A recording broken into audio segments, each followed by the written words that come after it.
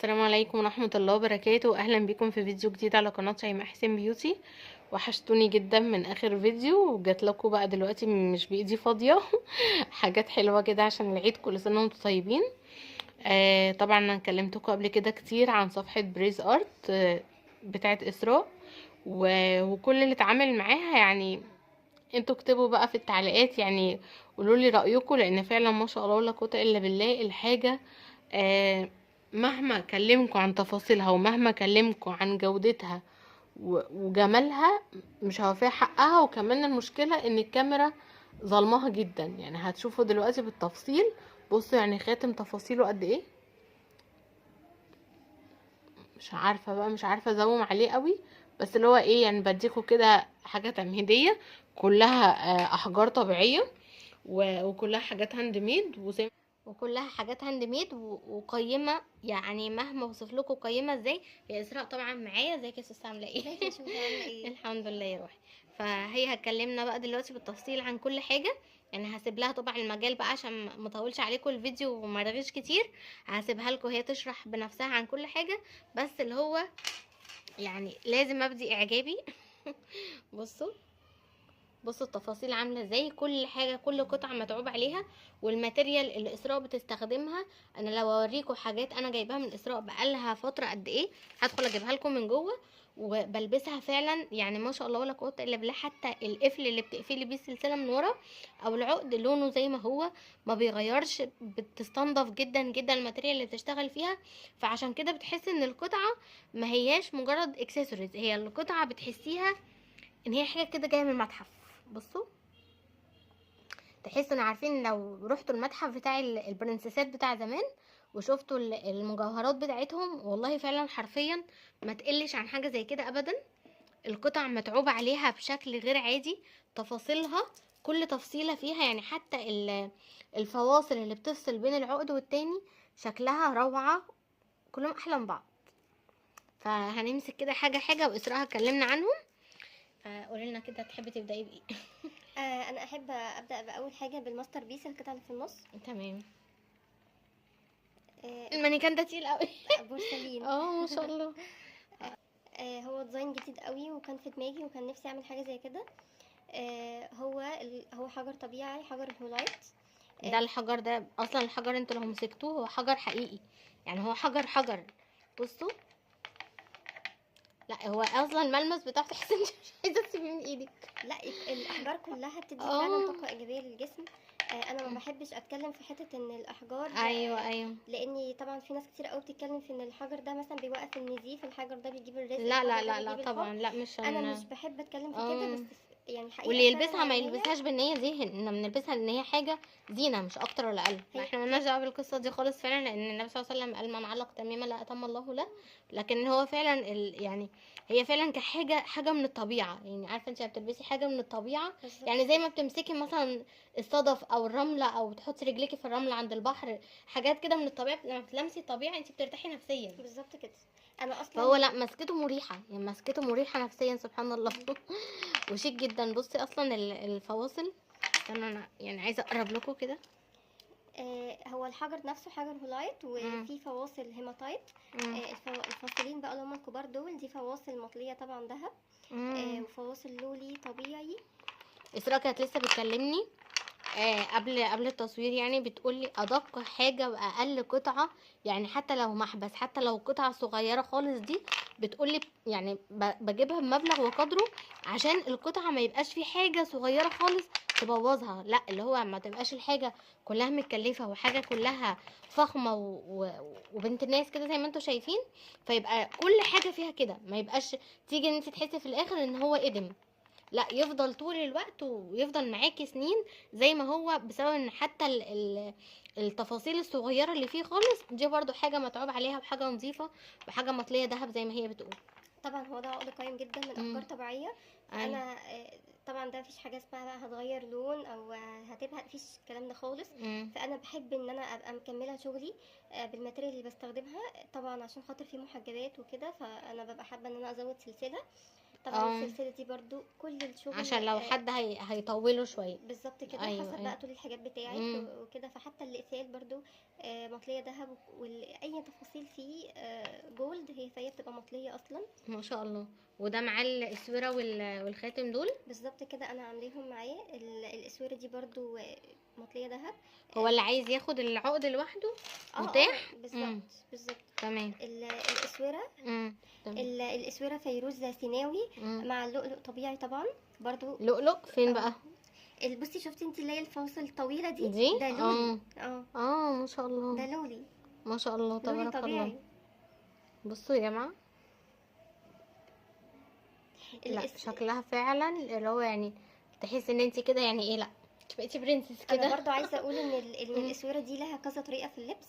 ازاي بقى؟ يعني انت ينفع تلبسيها كبريسلت كده كاسوره. وبرضو بقى لو انت في البيت وفي شويه حبه دلع كده، تتلبس اللي هما بيلبسوها على الكتف. على الكتف. بتبقى ما شاء طبعا كليوباترا حقيقيه. يعني فبصراحه بتبقى خطيره جدا. يعني دي من اكتر الحاجات اللي اصلا عجبتني فيها. لا جميله قوي ما شاء الله، شكلها تحفه.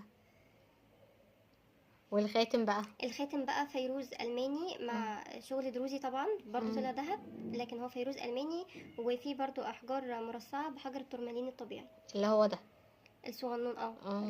الاحجار الصغيره دي ده حجر التورمالين، والحجر اللي في النص الكبير ده فيروز الماني. بصوا بقى الجمال يا جماعه، تخيلوا الطقم ده كله كده على بعضه، يعني بجد حاجه قيمه فوق الخيال. بصي انت لو لابسه اي حاجه بيزك بس ما فيهاش اي اللون ده يليق عليها. انت بس تحطي الطقم ده عليها، هو صح وده في حته ثانيه خالص. صح فعلا. لا حاجه شياكه وقيمه بشكل مش طبيعي. وكمان يعني لو انت عايزه تجيبي هديه لحد بقى مميز جدا جدا، حاسه ان هي تبقى حاجه يعني لو مديره مثلا بتاعتك. اول حاجه راقيه جدا. حاجه شيك جدا وقيمه. وفي نفس الوقت هي حاجه مختلفه وفعلا لا هو اللي يعني في هدايا تحس ان هي مش هيبان قيمتها بالظبط، لكن دي لا، اللي هيمسكها هيبقى عارف حاسس ان هي حاجه، لا دي حاجه جامده جدا. لو انت جايبه لي هديه الكريمه بتبقى حاجه قيمه جدا. لا تحفه ما شاء الله تبارك الله، بجد روعه. وبصوا بقى يعني في ختمين هنا خاطفين قلبي من ساعه ما بدأنا. بصوا الخاتم ده، بصوا التفاصيل، يعني عايزاكم تبصوا التفاصيل بتاعه الخاتم، حاجه كده ملوكي بشكل غير عادي. كلمينا بقى عن الخاتم ده. الخاتم ده تصميم افغاني. نرجع بقى لزمن يعني ايه لمسلسل بقى حريم السلطان. الحاجات اللي هي بتاعت زمان دي. تصميم افغاني. يعني المكونات بتاعته ايه؟ كريستالات. بس مش احجار طبيعيه. مش احجار طبيعيه. لا. طب خاتم زي ده مثلا ممكن يبقى بكام؟ ب200. 200. عشان هو يعني هو فيه تفاصيل كتير، لكن ممكن لو خاتم فيه احجار طبيعيه بيكون طبعا الماتيريال اعلى طبعا. ايوه. يعني خاتم زي ده مثلا لا خاتم زي ده طبعا احنا قلنا ان هو فيروز الماني واحجار تورمالين وشغل دروزي، لكن ده طلع ذهب، فده هيبقى عامل 550. ده 550 عشان طبعا الماتيريال اللي فيه اعلى من ده. لان هو الشغل اللي في ده زي الشغل اللي في ده يمكن اكتر، لكن بتفرق طبعا حسب الماتيريال اللي معمول منها الحاجه. طيب والخاتم ده عشان برضو عاجبني جدا اللون المارون ده، بصراحه برضو شيك قوي. ده برضو خاتم بتصميم. لا ده بجد حلو قوي، يعني بجد تحفه. بصوا الالوان يا جماعه، ايه الالوان دي وايه التفاصيل دي، بجد ايه ده، لوحه، ده لوحه مش خاتم. ما شاء الله جميل جدا. ده بكام بقى؟ ده 200 برضو. 200 رغم انه روعه والله، تحفه جدا. بصوا الشياكه، تفاصيله بجد تجنن. ماشي نكمل بقى في العقد، نتكلم عن ده. تمام. العقد ده من الحاجات اللي يعني حبيتها قوي. لا راقي كده يعني، لونه بصراحه خطفني خالص. بصراحه تحفه. ومع الخاتم بتاعه برضه. طب حلو. والدلايه بتاعته بصراحه يعني هي مختلفه تماما عن اي حاجه انا اشتغلت فيها قبل كده. بصوا الشياكه يا جماعه. كلمينا طيب عن العقد. العقد ده حجر عقيق احمر بالظبط، طبعا بكواليتي عاليه جدا. تحفه. الفواصل بتاعته هيماتايت والدلايه والفاصلين اللي هما الكبار دول طبعا طلع ذهب. لا شكله بجد حكايه. طبعا الاقفال والسلاسل وكل عقد طبعا، يعني انا ببقى حابه ان انا احط له سلسله. امم. طبعا كل الحاجات دي طلع بصوا دهب. التفاصيل من ورا اصلا، بصوا الجمال والشياكه كل الحاجات دي طلع دهب زي ما انتوا شايفين. حاجات ما بتغيرش لون طبعا.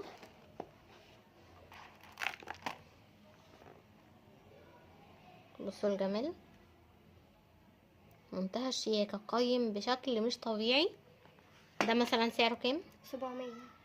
تحفه تحفه بصراحه، حلو قوي. والخاتم بقى المكونات بتاعته ايه او الاحجار اللي فيه؟ الخاتم طبعا هو طلع دهب، في طلع دهب، معاه احجار لولي طبيعي، والاحجار الحمراء دي ده حجر الجات. الله. طبعا برضو بتوسع من ورا بصوا. وبتضيق حسب المقاس. لا تحفه، يعني ده لولي اللي فيه ده. بالظبط، لولي طبيعي، حتى هو بروك كده مش هتلاقيه منتظم. انا دايما بحب قوي الاحجار اللي هي بتبقى بروك، اللي بتبقى مش منتظمه، بحس ان هي في الشكل بتدي يعني شياكه اكتر. ايوه بتحس ان هي فعلا طبيعيه، فعلا مش حاجه مصنعه، طبيعيه جدا. لا جميل قوي ما شاء الله. بصوا السلسله دي ايه بقى؟ دي سلسله جولد بليتد برضو. تمام، يا مطليه دهب. بالظبط.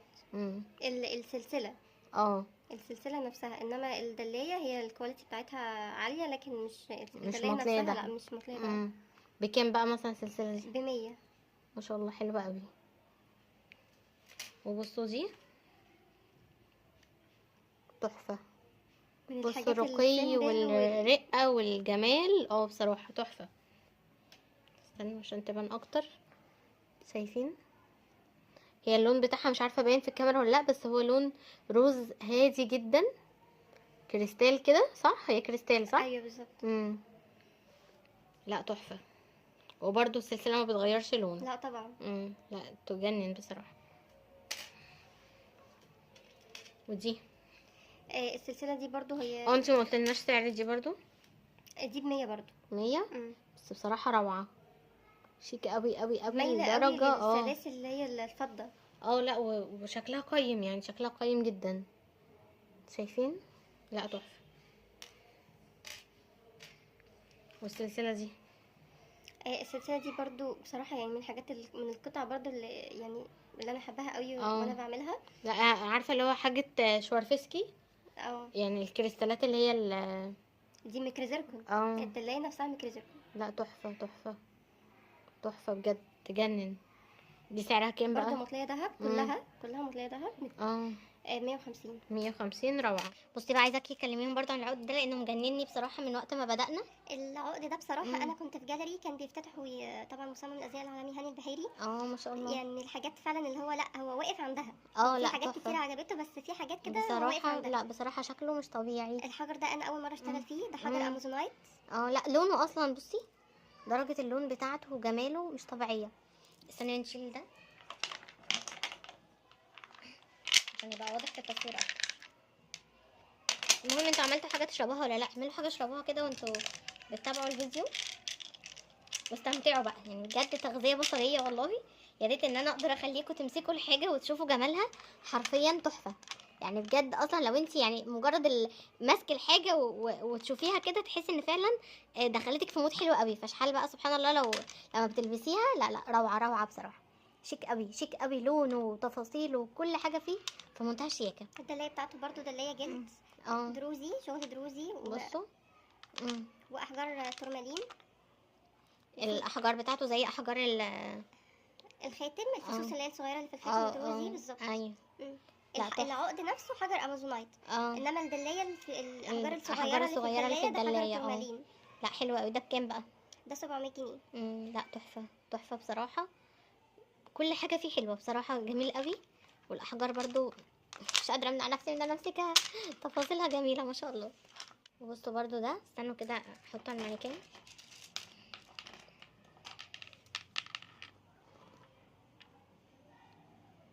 ده بقى ايه؟ كنا عنه شويه. يعني العقد ده حرفيا من القطع الملكيه. ايوه فعلا. يعني ده قطعه ملكيه، لان اللولي احنا دايما بنقول ان اللولي هو جوكر.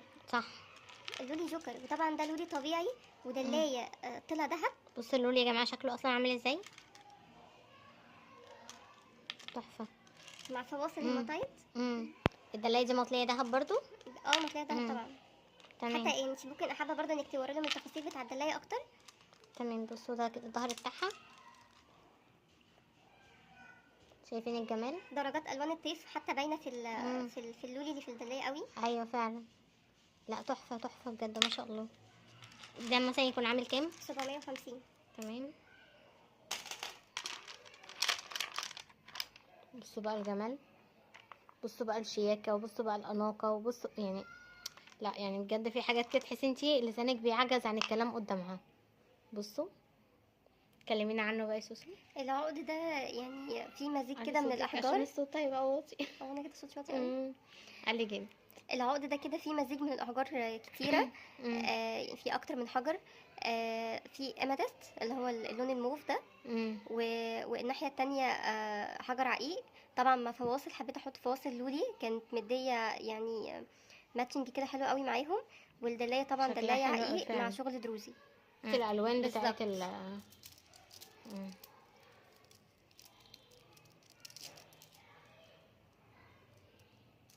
لا حلوه قوي. ده عارفه تلبسيه في الصيف ده تحسي ان انتي لابسه تكييف اساسا. زي ما قلنا في المقطع اللي فات ان البريسلت من دول ب100. قلتي لي الحجر بتاعها ايه؟ ده حجر عقيق ومع فواصل لولي طبيعي. يعني ده عقيق واللولي طبيعي والبريسلت ب100. فهي اسراء اصلا ما شاء الله اللي بيريحني فيها ان هي بتقول معايا الاسعار بكل اريحيه عشان انتوا تبقوا عارفين، وعشان هي واثقه في حاجتها، عارفه ان الماتيريال دي غاليه جدا. فهي بتبقى يعني هامش الربح بسيط جدا جدا بالنسبه لاماكن تانية كتير. ممكن تلاقي يعني نفس القطعه تلاقيها يعني باضعاف اضعاف المبلغ اللي اسراء عرضه. فعشان كده هي عارفه ان واثقه في اسعارها جدا، فعشان كده بتقولها بكل اريحيه، ما عندهاش اي مشكله في ده. وفعلا اللي اتعاملوا معاها واللي هم يعني بيحبوا الحاجات اللي هي باحجار طبيعيه وكده، فعارفين الاسعار. فتملي انتوا من نفسكم اللي بتكتبوا لي في التعليقات ان فعلا اسعارها وهميه بالنسبه للماتيريال اللي هي شغاله فيها. بصوا بقى النكلس ده. بصوا ده بقى ايه اللي هو يعني عارفين اللي هو واخد حاجه حلوه من كل حاجه، اللي هو تقدري ان انت تلبسيه كسلسله شكلها عادي جولد وتليق على حاجات كتير، وفي نفس الوقت مطعم باحجار طبيعيه وشكله روش وشكله يعني انثوي جدا وناعم، اللي هو بصوا كذا حاجه في بعض. فبصراحه من اكتر القطع اللي عجبتني. كلمينا بقى عنه يا سوسو. ده السلاسل بتاعته كلها جولد مطليه ذهب. تمام. معاه الدلايه دي دلايه شغل دروزي برضو. دي بالظبط مرصعه باحجار التورمالين. الدلايه دي وش وظهر. ايوه ما انا ملاحظه كده فعلا. طبعا دي من اكتر الحاجات اللي عجباني يعني مميزه اصلا في القطعه. فعلا اللي هو تقلبيها كده تقلبيها كده ما تبقيش متضايقه ان هي شكلها مش حلو في اللبس، يعني ان هي لا مظبوطه في الناحيتين. بالظبط. والاحجار اللي فوق ده حجر فيروز مع لو اللولي. بصوا اصلا ده لوحده كده قطعه، يعني ده لوحده اصلا. بصوا الجمال، بصوا الجمال والشياكه، تحسوه لوحده حاجه كده يعني ريتش جدا وشكله قيم قوي. اللي قلت لي الحجر حجر فيروز مع لولي طبيعي. تمام. وهو طبعا كلها السلاسل دي كلها مطليه دهب صح كده؟ طبعا كلها طلع دهب بالقفل وكل حاجه. بكام ده بقى؟ 450. طب والله روعه، حلو خالص ما شاء الله. بصوا الجمال والشياكه زي ما بقول لكم، كل قطعه يعني كل واحد فيهم اصلا حكايه لوحده. بصراحه بقى هو ده عقد عقيق، يعني هو كله عقيق مع فواصل هيماتايت طبعا. انما ده بقى ديزاين جديد خالص، يعني فكرته جديده تماما. ايوه لا شيك قوي. بصوا تفاصيله، هو من الحاجات الروشه والعصريه اللي طالعه قوي. ايوه ما شاء الله. لا شكله بجد يجنن. الوانه كمان خطيره، لونه خطير جدا، الوانه رائعه قوي. ده سعره كام؟ 600. تحفه. بصوا بقى البريسلت دي، بصوا الجمال، تفاصيلها ايه بقى؟ كلها طبعا جولد بليتد. تفاصيلها خطيره، فيها فصوص صغيره، دي فصوص زركون. وطبعا الحجر الكبير اللي فيها ده حجر تايجر اوي. تمام. بوكي كوارتز. تمام. من الاحجار الغنيه جدا جدا وتفاصيله حلوه قوي، ولو مسكت الحجر في ايديكي لمعته وبريقه حلو جدا، يعني هو ليه بريق حلو قوي فعلا. بصي بيعمل الوان بجد تجنن. الفواصل بتاعته دي برضو فواصل شغل دروزي وطلع دهب خطيره بجد. لا جميل ما شاء الله تبارك الله. هو مختلف جدا. لا حلوه قوي. بصي بقى العقد ده يعني حاجه كده عرايسي وجميله وانثويه وناعمه وكل حاجه. تفاصيله بجد تحفه. انا هحطه كده شايلان اكتر. لا تفاصيله يعني عارفه اللي هو عارفه حاجه كده بتشع انوثه. تحفه تحفه. انا عايزاه يبان كله. كلمينا عنه بقى. هو ده يعني الستايل بتاعه اللي هو مم. بيبقى طويل قوي، اه مش حاجه كده مش على قصيره. قد اه. بالظبط. السلسله بتاعته طبعا يعني رسمتها جميله قوي طبعا، دي برضو جولد بليتد. الفواصل بتاعتها شغل دروزي خطيره، ليها بريق.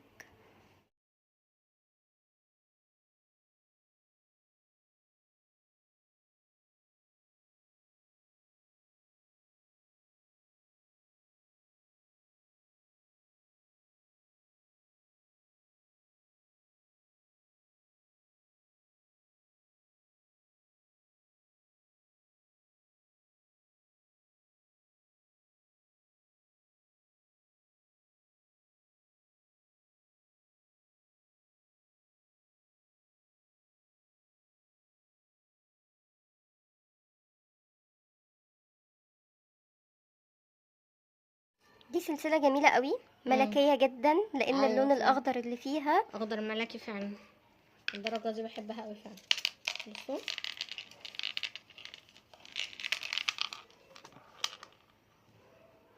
شايفين الجمال. هي ممكن برضو لو حطيتي الدلايه على ايدك هتظهر اكتر. ايوه بالظبط كده. بصوا الدلايه ميكرو زيركون، والسلسله برضو طلع دهب. لا مش طبيعيه. حتى برضو يعني ظهرها برضو يوضح قد ايه تفاصيلها حلوه. بصوا اصلا درجه اللون يعني حاجه بجد تحسوا فيها. لا وعلى فكره بجد انا متضايقه من التليفون قوي، مش حاسه ان هو ظاهر الحاجه زي ما عينيا شايفاها يعني. بسم الله. درجه اللون مش طبيعيه، خرافيه خرافيه بجد. بصوا سعرها كام بقى السلسله دي؟ 500. لا حلوه قوي ما شاء الله. طب بصوا بقى، بصوا الجمال بقى والاناقه يعني ايه ده بجد. ده ايه ده بقى عقد ايه ده غني، وايه الجمال غني جدا وايه جدا. الشياكه بصراحه. وده الخاتم بتاعه. ايه ده؟ لا لا لا ده حكايه. ده حكايه تصدقي مش باين من بعيد. لا مش باين، وعلى فكره الخاتم ده مهما اتصور مش باين ابدا. لا بصوا يا جماعه هو قطعه حجر، يعني قطعه حجر محطوطه كده لوحدها. والخاتم متقفل عليه. والخاتم متقفل عليها. بصوا لا لا ده روعه، ده حكايه ده.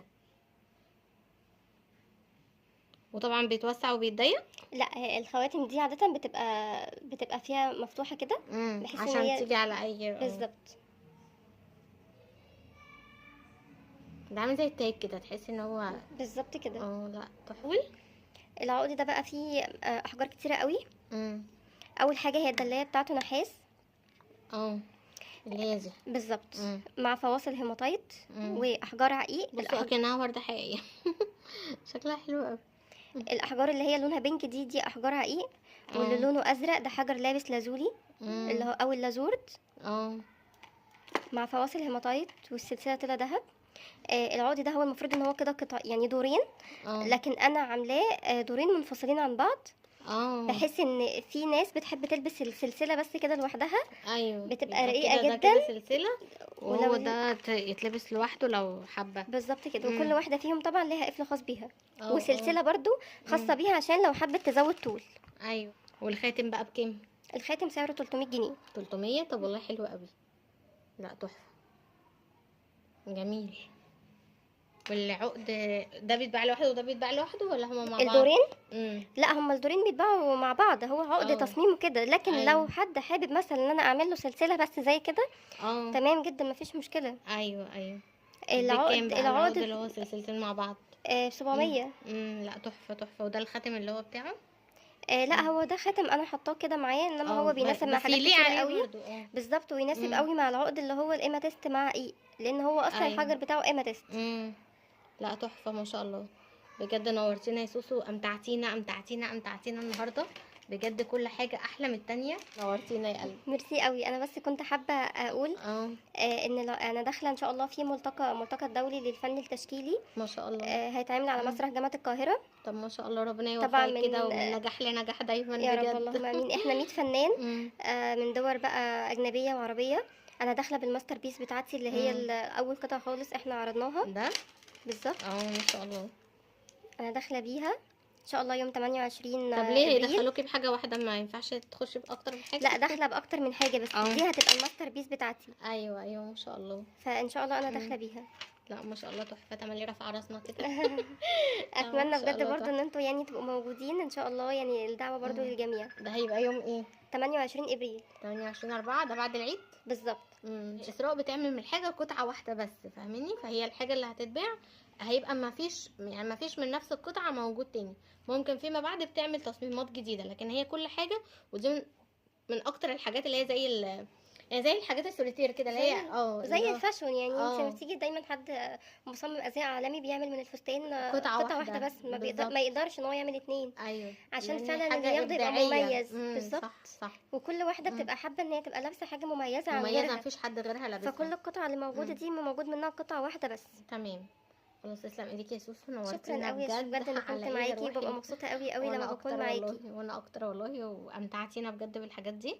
ويا رب بقى يكون الفيديو عجبكم. طبعا اكيد هثبت لكم اللينكات بتاعتها في اول تعليق، البيج بتاعت الانستجرام وبيج الفيسبوك وكده. هحط لكم كل الحاجات في اول تعليق عشان برضو تطلعوا على شغلها وتشوفوا الحاجه اكتر. ويا رب يكون الفيديو عجبكم، واشوفكم في فيديو جديد ان شاء الله. والسلام عليكم ورحمه الله وبركاته.